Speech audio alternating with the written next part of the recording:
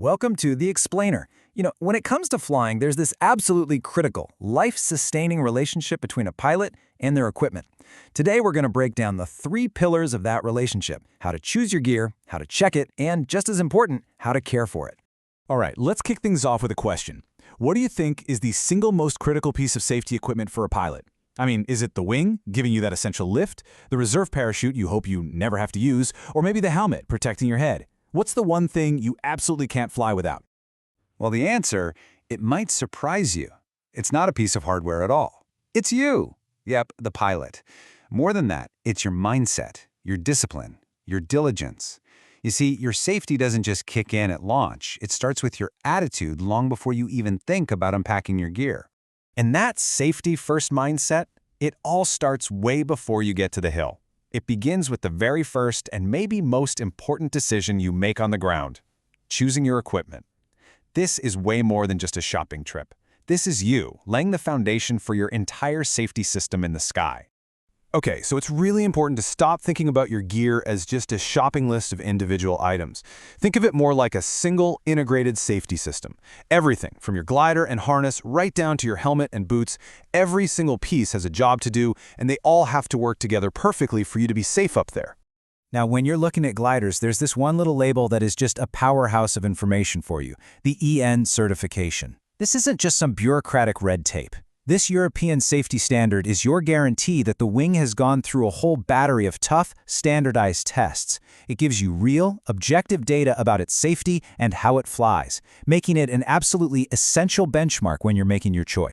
And this quote, man, it just nails another crucial point. Look, you could have the best, most expensive gear on the planet, but if it doesn't fit you right, it's not just uncomfortable, it is flat out unsafe. A harness that doesn't fit properly can seriously mess with your ability to control the wing.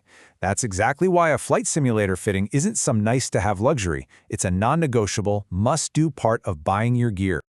Okay, so you've got the right gear. Awesome. But now comes the next, and maybe even more important part: getting it ready for flight. We're talking about turning your pre-flight check from just another chore on a list into a focused, sacred ritual. A practice that could literally save your life. In a way, your pre-flight focus is the very first maneuver you make on any flight. So here's a super simple 4-step process that can be your blueprint, your go-to ritual every single time.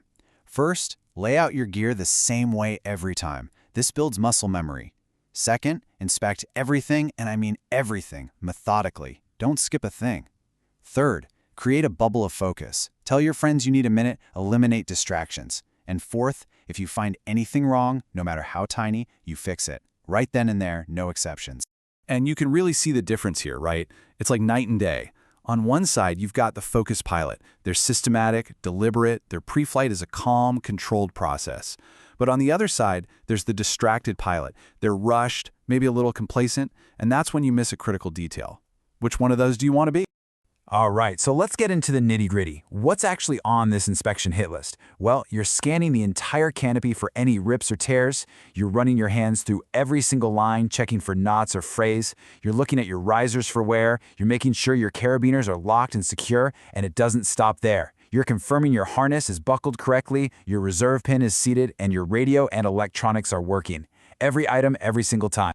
But here's the thing. Your job as a pilot doesn't just stop when you pack up your gear for the day. Nope, that's actually when a whole new phase starts.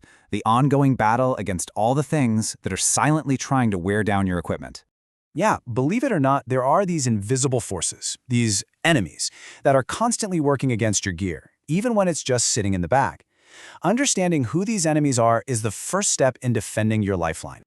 So who are these bad guys? Well, first up is sunlight. That UV radiation is just brutal on the fabric of your canopy. Then there's abrasion, scrapes and scuffs from rough ground handling that weaken lines and cloth over time. You've also got to watch out for chemicals, which can cause damage you can't even see. And of course, there's heat and dampness, a perfect recipe for mold and making the material weaker. But here's the good news. You're not helpless against these things. Your defense is actually pretty straightforward. It's all about proactive care. You fight sunlight by packing your glider up as soon as you're done flying. You prevent abrasion by being careful with it on the ground, and you beat dampness by making absolutely certain your gear is bone dry before you store it. These small habits, they have a huge impact on how long and how safely your equipment will last. And look, the bottom line here is non-negotiable. A tiny issue, like a small hole, needs an immediate fix with some adhesive ripstop tape. But major issues like noticeable wear on your lines or a bigger tear, that demands professional service from an expert. There is just no such thing as good enough damage when it comes to your gear. You never ever fly with compromised equipment, period.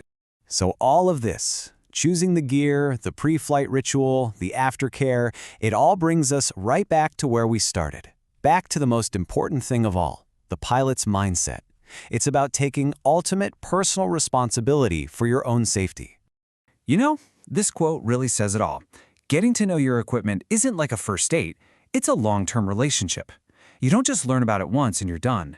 With every single pre-flight check, with every pack-up, you're learning its little quirks, you're noticing subtle changes, and you're just getting to know this lifeline of yours better and better. And if you take away only one thing from this whole explainer, let it be this. You are the final authority. Your friends can help, your instructor can give advice, but at the end of the day, you are the pilot in command. You, and only you, have the final say on whether your equipment is safe to fly. That responsibility is absolute. So we'll end with this thought. You can have the best gear in the world, perfectly maintained, perfectly inspected, but if your head's not in the game, if you're distracted or tired or just not feeling it, then the most critical piece of your safety system is already broken. So yeah, your gear might be ready. The real question is, are you?